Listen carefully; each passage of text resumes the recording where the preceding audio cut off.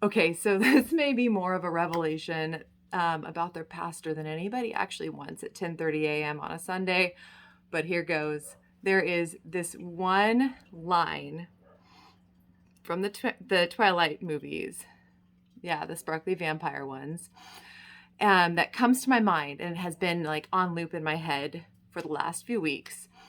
And it just kind of like comes out of my mouth every time water like sprinkles onto me, which is a lot recently. For those who have not seen the Twilight movies, I'm not going to give you the full recap. I'm not even going to recommend that you should see them. But Bella is an Arizona to Washington transplant, and she is enduring her first lengthy rainstorm after moving. And Mike Newton, one of the many boys trying to get her attention, walks up to her as they're entering a classroom and shakes his wet umbrella on her and says, "How you liking the rain, girl?" So every day for the last few weeks, I have been comically asking myself, or my plants, or my kids, or my cat, "How you liking the rain, girl?" Now, usually I love the rain, but usually the rain doesn't keep me separated from my favorite people. Usually the rain doesn't worry me in ways that it has been this year. How are you liking the rain? I find it interesting that both our Old Testament and New Testament readings focus so heavily on water. Now, I intended to mostly preach about the New Testament reading, but that's the way this goes, right? So we're just going to go with it. And anyway, this is another example of how the lectionary aligns in unplanned ways, offering new insight to old stories. So here we are in the middle of another storm. In Hanford at this moment, there's a little bit of cloud cover, a little bit of sunshine, and it is supposed to get pretty rainy later today. But the last couple of systems that have rolled through, I don't know that we're fully over them yet, right? My experience in the valley has been wildly different to the experience up in North Fork. And I would imagine that many folks are still, trying to get their ducks in a row after 8 or 9 days without power. And I've heard that propane has become kind of a rarity because everyone was using it exclusively during that time. So even regular deliveries that are scheduled are not happening. And resources are just generally low. I've been following along in the mountain Facebook groups and seeing all the road conditions and doing my best to kind of mentally make a map, which I'm not very good at, by the way. I don't mentally picture things very well, but I've been trying to picture where these roads are that I'm seeing these pictures of, washed out roads and mudslides and rock slides and chunks of snow floating along. This chocolate brown mud that's just kind of in the middle of the street, and trying to picture where everyone's addresses are in relation to those locations. And I'm seeing all these posts about downed trees and collapsed roofs, and I'm just wondering how your roads and bridges and driveways and roofs are faring. How are you faring? With every weather alert I get from, Everbridge? I wonder if your power is still on, if your wells are working, if you're boiling water to avoid contamination, as I understood was happening in some parts of the community. And the part that really gets me with this whole, how you liking the rain girl thing that's going on in my brain is that we can have so much water all at once, saturating the ground, overflowing the creeks, making the snow heavy as it soaks up and retains all of that moisture, and threatening structures that it sits atop with its tremendous slushy weight. And that water can be the most present thing in our lives, and it can be the most detrimental to safety.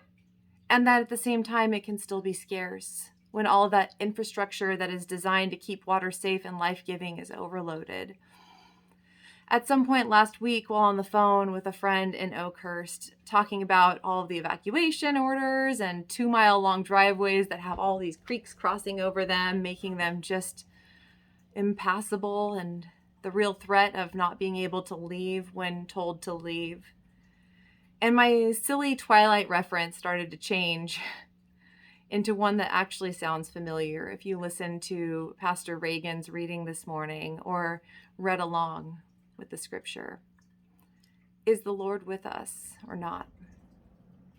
And so we enter our biblical texts this week, our minds already on water and wilderness. And this is a wilderness, right? We're separated from our usual routines, our comforts, our people, many of our necessities. The people of Israel, after being liberated and making their way through the wilderness, were feeling the tug of their old lives. Enslaved, sure, but provided for in a way that empire does, with a hefty price tag. Out here in this wilderness, thirsty, tired, and just over it. While the memories of food, water, and shelter that they had back before weren't great, at least they were guaranteed to an extent while in Egypt. And they're causing these wilderness wanderers to grumble. They're pushing back against Moses, who didn't liberate them, but instead acted as a conduit for God's liberation. And he's asking, what do I do about these people? They'd already been really hangry. Now, previous to this passage is that part where they received the manna. So they've been fed, but now it's intense thirst.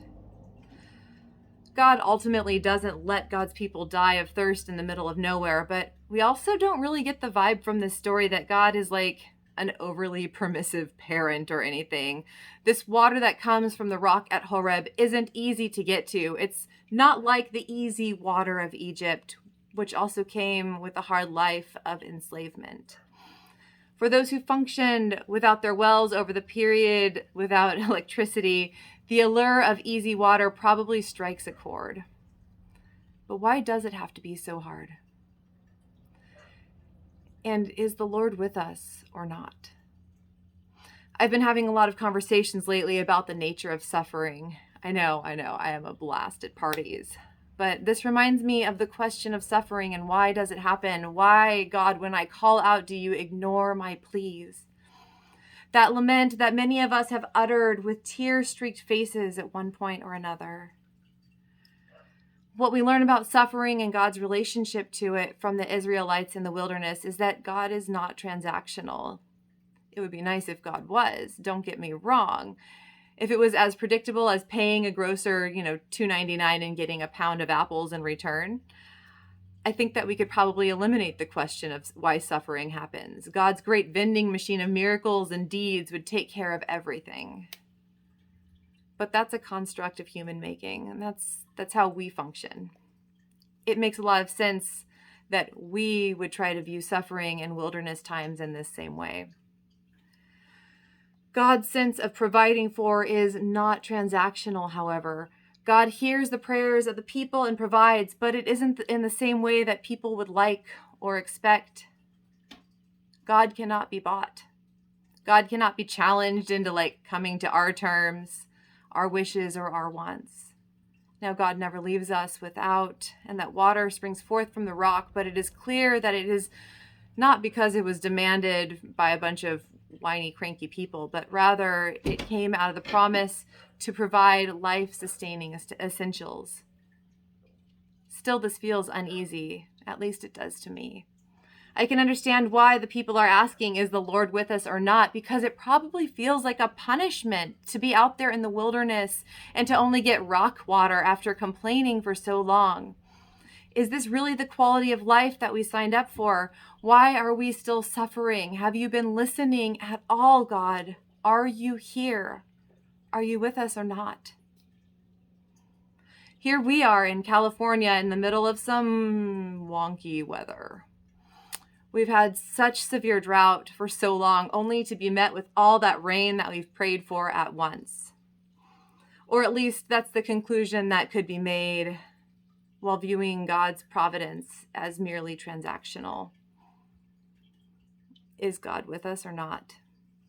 And still through all of this, I've heard stories that provide incredible evidence that God is among us.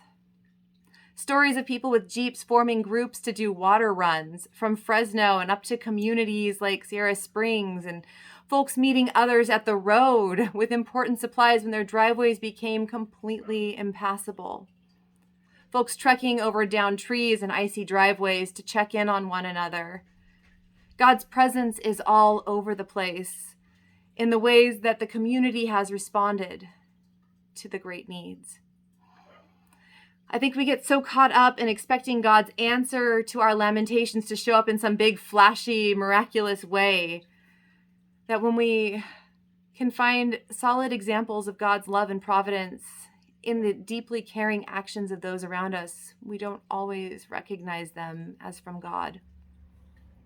And I wonder if once the Israelites' throats were no longer parched and they'd had their fill of that cool, life-giving water, if they were able to notice evidence of God's love played out among them as well. So, is the Lord among us or not? Even as the question comes from our lips, we already know the answer. Still on the fence on how I'm liking the rain, though. Peace, friends. Stay warm, stay dry, stay connected.